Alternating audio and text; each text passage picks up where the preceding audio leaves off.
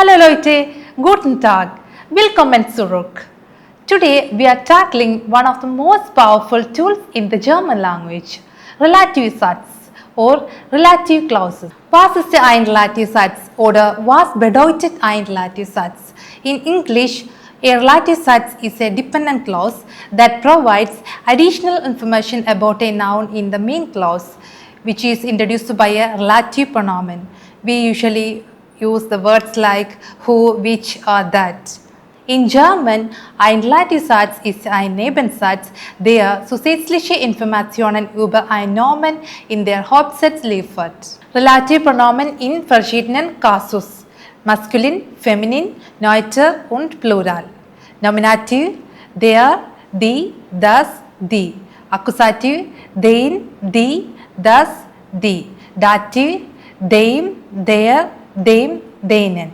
In Genitiv: dessen, deren, dessen, deren. Wie zum Beispiel: der Mann, der dort steht, ist mein Vater. Die Frau, die dort sitzt, ist meine Mutter. Und das Buch, das auf dem Tisch liegt, ist interessant. The golden rules. If you want your German to sound natural, you have to remember the golden rules: the comma, the verb position, and choosing the right pronoun. And a pro tip: think of the comma as a stop sign and the verb as a caboose at the end of the train. Bis zum nächsten Mal. Tschüss.